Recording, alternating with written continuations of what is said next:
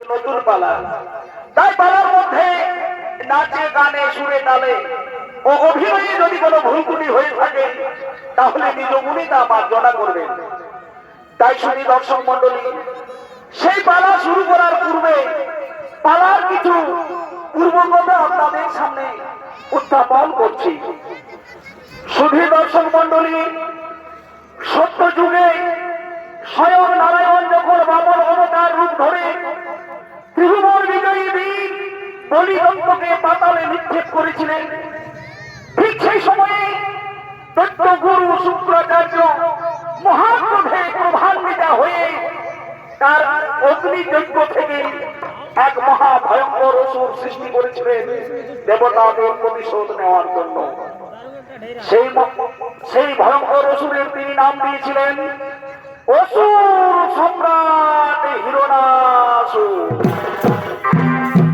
তাকে আশীর্বাদ করে বলেছিলেন, হে হিরণাসুর, তুমি হরিণের ছদ্মরূপ ধারণ করে কখনো স্বর্গের দেব দেবী, কখনো পৃথিবীর মানব মানবী তুমি করিতে হরণ। তুমি হবে ত্রিভুবন বিজয়ী বীর অসুর সম্রাট বীর হিরণাসুর। তাকে অভিশাপ করে বলেছিলেন, সাবধান, কোনদিন কোন তপস্বী ব্রাহ্মণের সাথে না করিও রণ, তাহলে সেই দিন হবে তোমার নিশ্চয়ই মরণ। এদিকে হিরণাসুর যৌবন কালে পদার্পণ করতেই তিনি হয়ে উঠলেন মহা অত্যাচারী। স্বর্গপুরে দেবতাদের উপর শুরু করলেন মহা ভয়ঙ্কর অত্যাচার। তাই এতক্ষণে আমরা শুরু করতে চলেছি ভগবান পরশুরামের জন্ম বিবরণ ও অসুর সম্রাট হিরণাসুর নিধন। ওদিকে যখন স্বর্গপুরে হিরণাসুরের অত্যাচারে সর্বভূমি দেবতাদের অশ্রু জলে প্লাবিত হচ্ছে, আর এদিকে যখন বিভিন্ন ক্ষত্রিয় রাজাদের অত্যাচারে মুনি ঋষিদের তাজা রক্তে আমাদের ধরিত্রী মাতা প্রতিদিন স্নান করছে, তাই ধরিত্রী মাতা আর সহ্য করতে না পেরে বুক ভরা হাহাকার নিয়ে তিনি কাঁদতে কাঁদতে ছুটে চলেছেন সাগরের জলে তার প্রাণ বিসর্জন দেওয়ার জন্য। তাই এতক্ষণে ছুটে আসছে ধরিত্রী মাতা।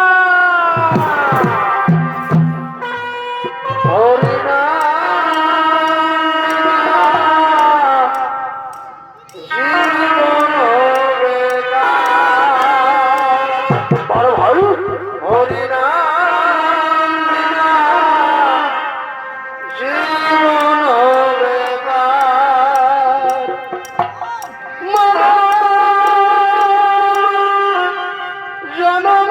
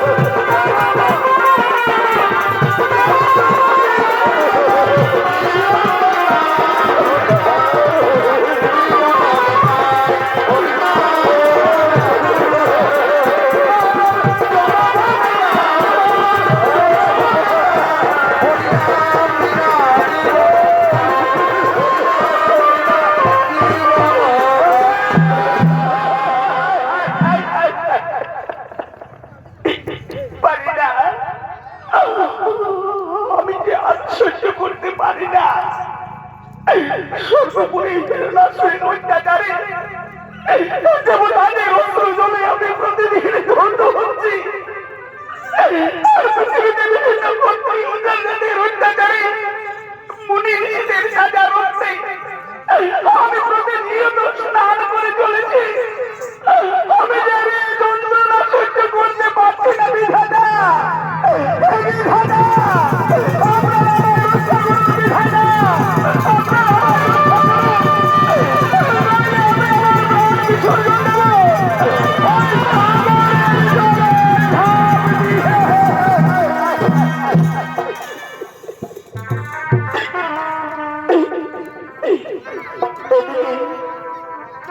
এদিকে যখন ধরিত্রী মা তার সমুদ্রের জলে প্রাণ বিসর্জন দেওয়ার জন্য উদ্যত, ঠিক সেই সময় সৃষ্টিকর্তা ব্রহ্মদেব, পালন কর্তা বিষ্ণুদেব ও সংহার কর্তা মহেশ্বর তারা সকলেই করেছেন আগমন।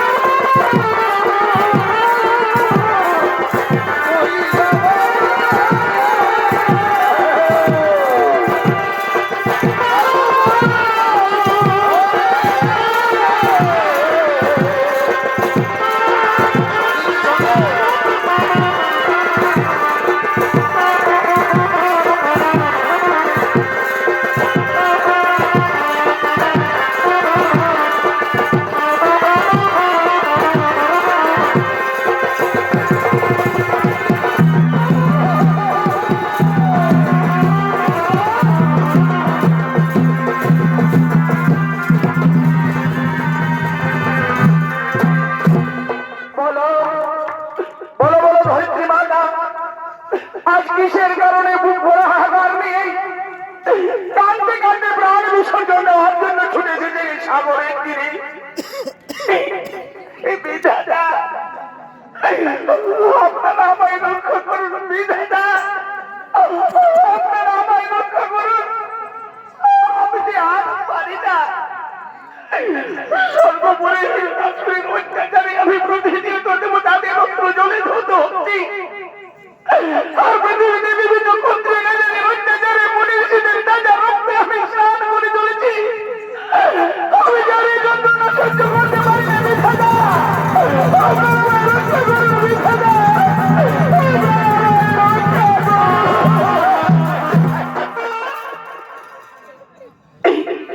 হে বিষ্ণুদেব, হে বিষ্ণুদেব, আপনি তো সকলেই শুনলেন বিষ্ণুদেব। স্বর্গপুরে হিরণাসুরের অত্যাচার আর পৃথিবীতে ক্ষত্রিয় রাজাদের অত্যাচার। বলো বলো বলো বিষ্ণুদেব, আজ কেমন রক্ষা হবে স্বর্গপুর? আর কেমন করে রক্ষা করবেন আমাদের এই মহত্ত্বভূমি?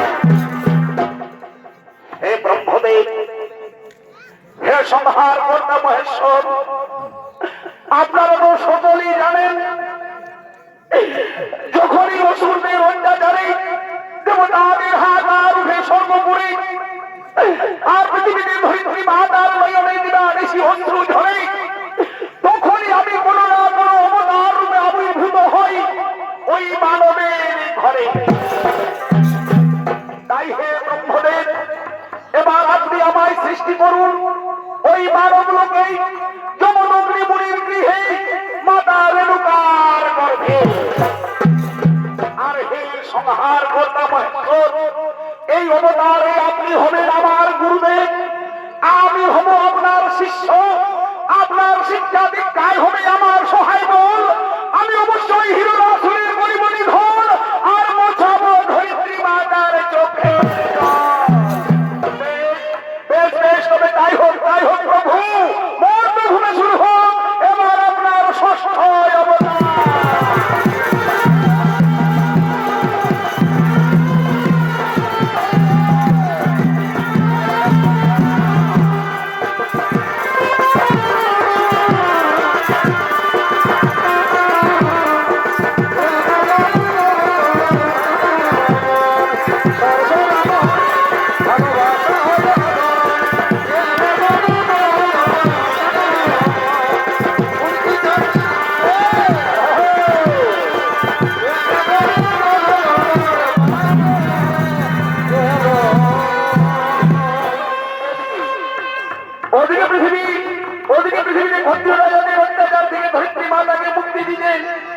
স্বর্গপুরে হিরণাসুরের অত্যাচার থেকে দেবতাদের মুক্তি দেওয়ার জন্য স্বয়ং নারায়ণ তার ষষ্ঠ অবতার রূপে জন্ম নিলেন যমদগ্নি মুনির গৃহে মাতা রেণুকার গর্ভে।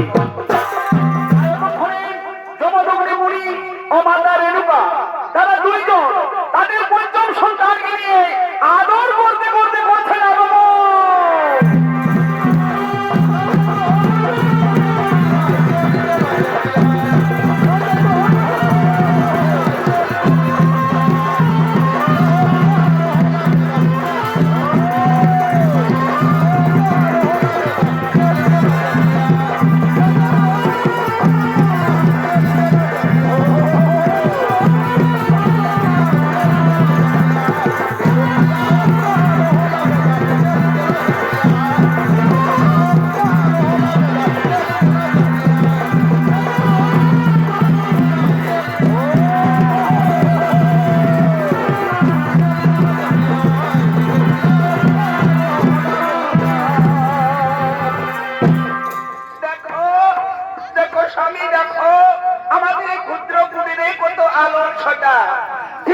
স্বয়ং ভগবান পুত্ররূপী জন্ম নিয়ে আমাদের কোল আলো করে রেখেছে।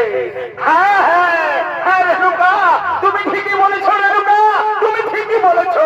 দাও দাও রেণুকা, দাও আমাদের পঞ্চম সন্তানকে আমার কোলে দাও, আমার কোলে দাও।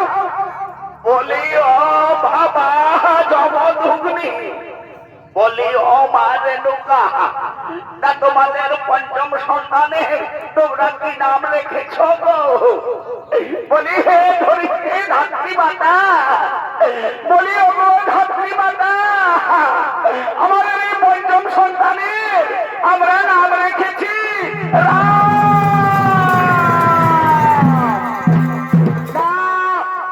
রাম নয়, রাম নয়, রাম নয়। একি বাবা কৈলাসপতি বিলোচন আজ অধমের কুটিরে দিয়েছেন দর্শন। লহ লহ ঠাকুর আমাদের শত শত শোনো শোনো বাবা যমদগ্নি, শোনো মা রেণুকা, আমি স্বয়ং বিশ্বকর্মাকে দিয়ে এই মহাভয়ঙ্কর অস্ত্র তৈরি করিয়েছি। এই মহাভয়ঙ্কর অস্ত্রের নাম হলো পরশু। তাই পরশু অস্ত্র আমি তোমাদের সন্তানের হাতে তুলে দিয়ে আজ আমি এর নামকরণ করলাম পরশুরাম। শোনো শোনো বাবা যমদগ্নি, শোনো মা রেণুকা, তোমাদের এই পঞ্চম সন্তান এ নহে তো কোনো সাধারণ সন্তান। এ বড় হয়ে সর্বপুরে আনবে শান্তি, ওঠাবে ধরিত্রী মা তার চোখের জল। পৃথিবীর ইতিহাসে যুগে যুগে স্মরণীয় হয়ে থাকবে এর নাম শিবের শিষ্য পরম জ্ঞানী বীর পরশুরাম।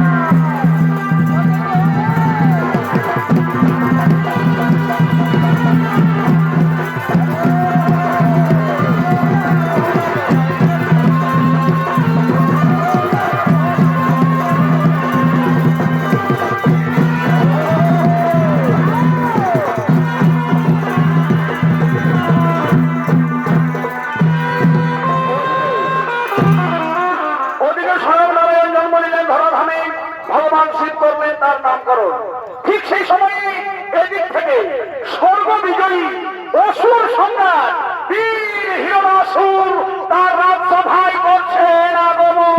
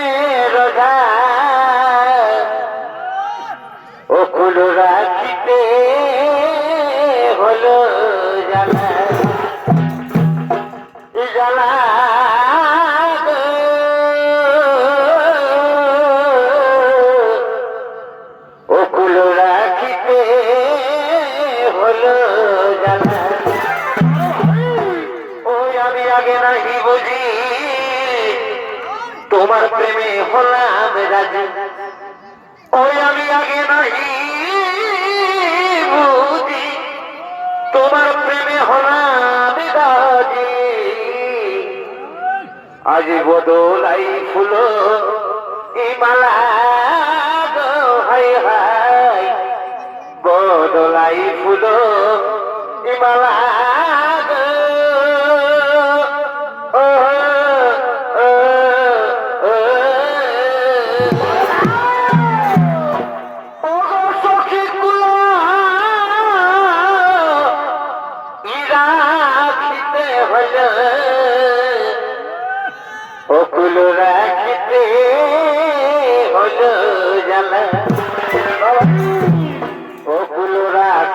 হলো ইজালা গো হাই হাই, কুলো রাখিতে হলো ইজালা গো।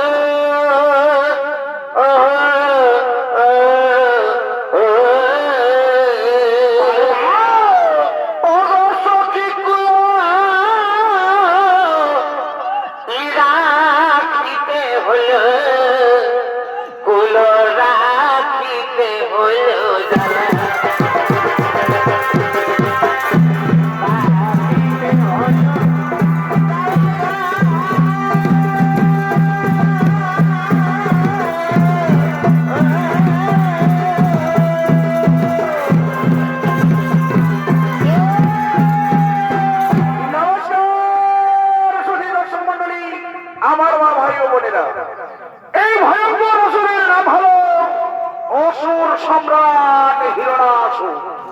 আর এই হিরণাসুরের ভূমিকায় আলোক উদ্ভাসিত রঙ্গমঞ্চে যিনি ধরিত পরিবেশ সর্বরে দেখাবেন, ইনি হলেন স্বর্গীয় পদ্মশ্রী নেপাল মহাদর্শ সম্প্রদায়ের এক সুনাম ধন্য বরিষ্ঠ শিল্পী, নৃত্যশিল্পী মিঠুন সিং সর্দার।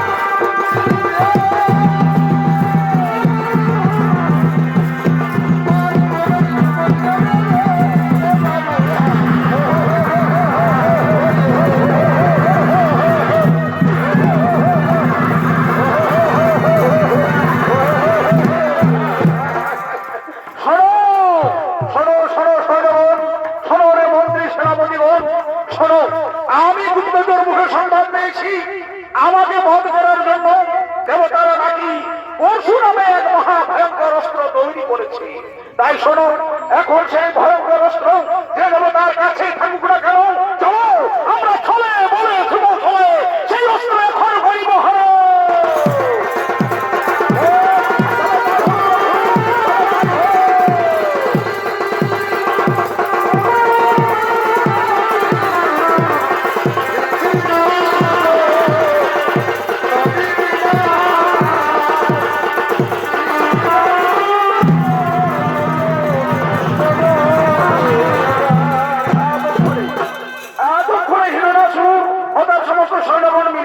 বিশ্বকর্মা নির্মিত যে ভয়ঙ্কর অস্ত্র তা হরণ করার জন্য সমস্ত দেবতাদের তারা তাড়া করতে লাগলেন। আর ওদিকে সমস্ত দেবগণ হিরণাসুরের তারা খেয়ে খেয়ে তারা অবসন্ন ক্লান্ত হয়ে অবশেষে তারা নিরুপায় হয়ে কৈলাস পর্বতে শিব দর্শনে করেছেন আগমন।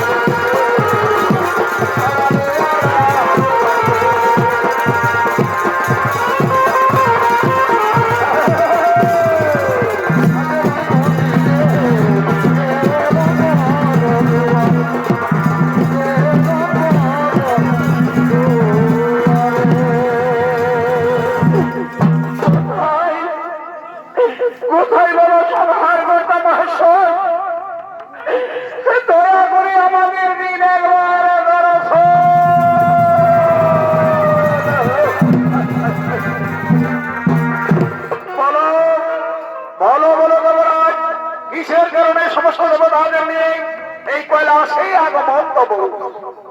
হে প্রভু, অসুর দৈত্য হিরণ্যাসুরের অত্যাচার সহ্য করতে না পেরে আজ আমরা সকলে হয়েছি স্বর্গ ছাড়া। তাই আপনি অসুর নিধন করতে বিশ্বকর্মাকে দিয়ে যে ভয়ঙ্কর অস্ত্র বানিয়েছেন কুঠার, সেই কুঠার দিয়ে আপনি হিরণ্যাসুরের করুণ সংহার।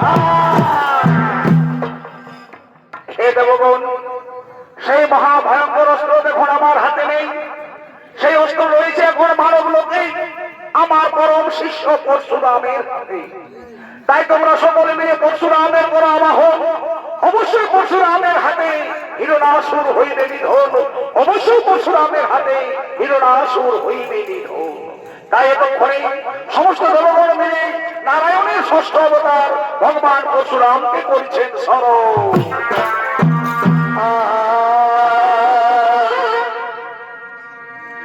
শোনো সবে কানে পাতি, ভাই শোনো সবে কানে পাতি, আরে তিনি রমণী তেরপতি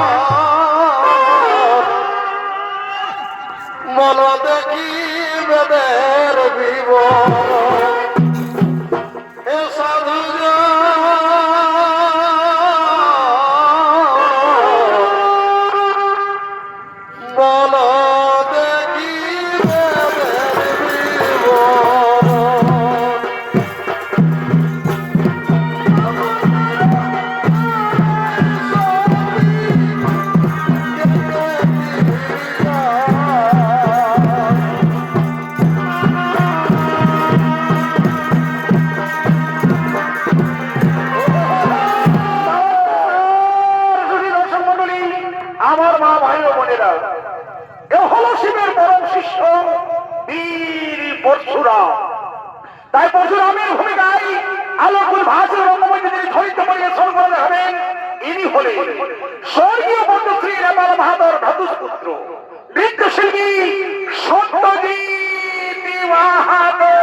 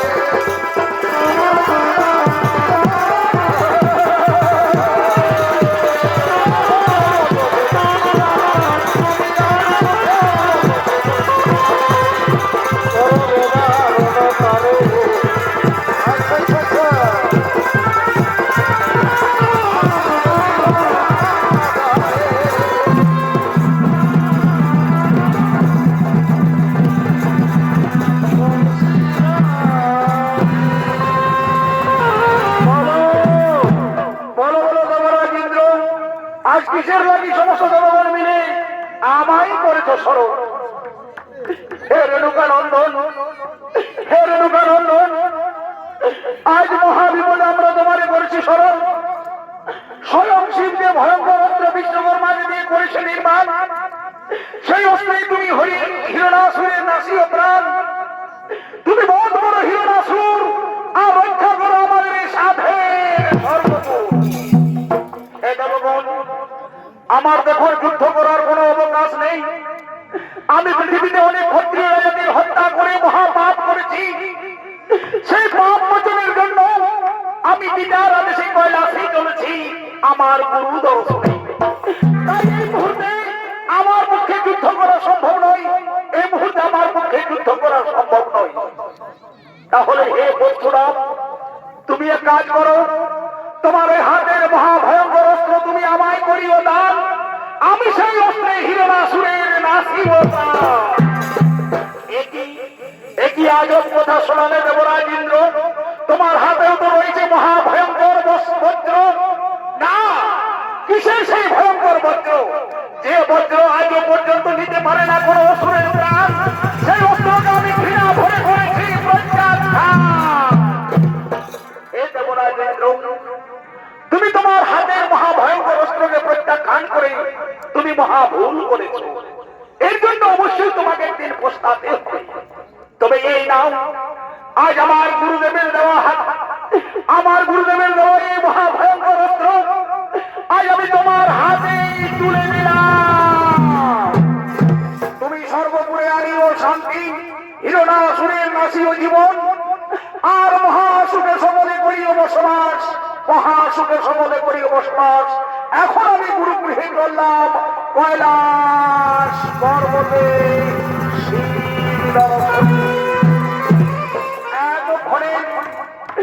এতক্ষণে দেবরাজ ইন্দ্র পরশুরামের মহাভয়ঙ্কর অস্ত্র নিজ হস্তে করলেন ধারণ।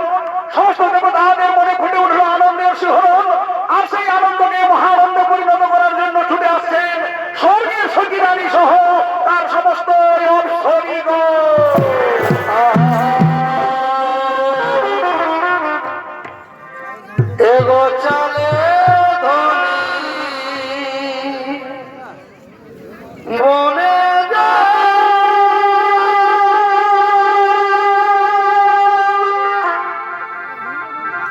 বারে ভাই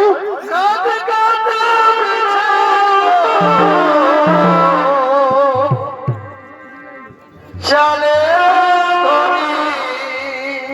একটাও শুনলাই মনে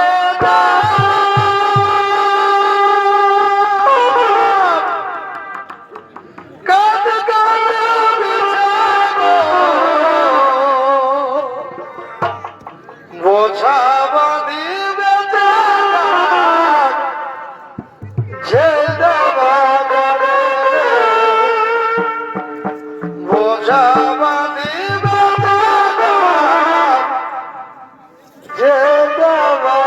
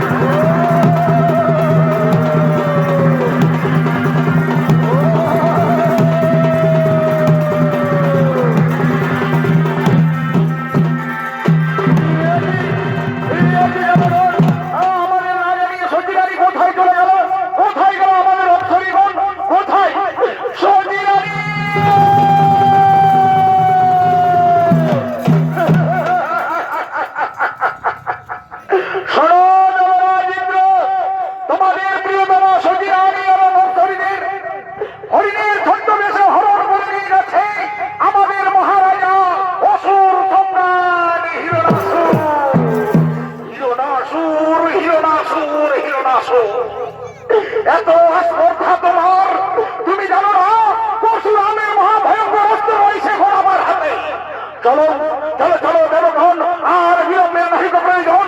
আমি এক্ষুনি হিরণাসুরের বসিব জীবন, আর সমস্ত শরীরে আমি করিব।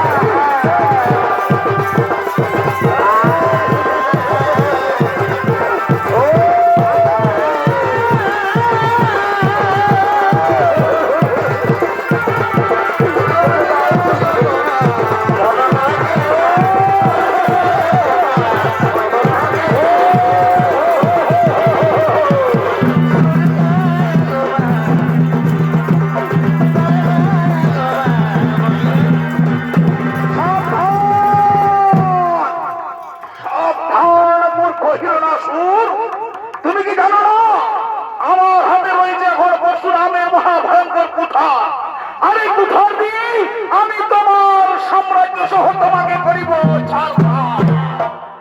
অস্ত্র নামাও দেবরাজ ইন্দ্র, শান্ত হয়ে বলো তুমি আমাকে বধ করবে, না তোমার সচিরানী সহ সমস্ত অপ্সরীদের মুক্তি করে তুমি স্বর্গপুরী নিয়ে যাবে?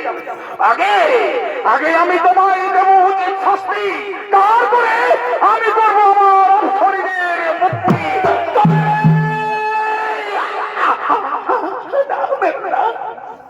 ধীরে ধীরে সৈন্যগণ, ধীরে ধীরে ধীরে। দেবরাজ ইন্দ্র, তুমি যদি আমায় বধ করো তাহলে তোমার প্রিয়তমা স্ত্রী সতী রানীকে তুমি চিরদিনের মতো হারাবে। তাই আমি বলছিলাম কি, তোমার এই পরশুরামের পবিত্র হাতের কুঠার তুমি আমায় দিয়ে দাও, আর সতী রানী সহ অপ্সরীদের মুক্তি করে তুমি স্বর্গপুরে ফিরে যাও। শয়তান, তা হবে না। আমি তোমায় বধ করে তবে সৈন্যগণ, না সৈন্যগণ, ধীরে বলি ও সতী রানী, বলি ও সতী দেবী, তুমি তোমার স্বামীকে একটু বুঝিয়ে বলো না, তোমার এত সুন্দর রূপ যৌবন, তোমার এই লাবণ্য দাহ তোমার স্বামী বুঝিয়ে আনে চায় না? বলো না, তোমার স্বামীকে একটু বুঝিয়ে বলো না। স্বামী, আমি এই যে যন্ত্রণা সহ্য করতে পারছি না, তুমি আমার এখান থেকে মুক্ত করে নিয়ে চলো। তুমি যে কোনো কিছুর বিনিময়ে আমার এখান থেকে মুক্তি করে নিয়ে চলো। হ্যাঁ সতী রানী, তুমি ঠিকই বলেছো সতী রানী, আমিও তো তোমায় ছাড়া বাঁচতে পারবো না। যে কোনো কিছুর বিনিময়ে আমি অবশ্যই তোমাকে এখান থেকে মুক্তি করে নিয়ে যাবো। এই নাও, এই নাও হিরণাসুর, পরশুরামের মহাভয়ঙ্কর অস্ত্র আমি তোমার হাতে তুলে দিলাম। এবার তুমি সতী রানী শরীরের মুক্তি করে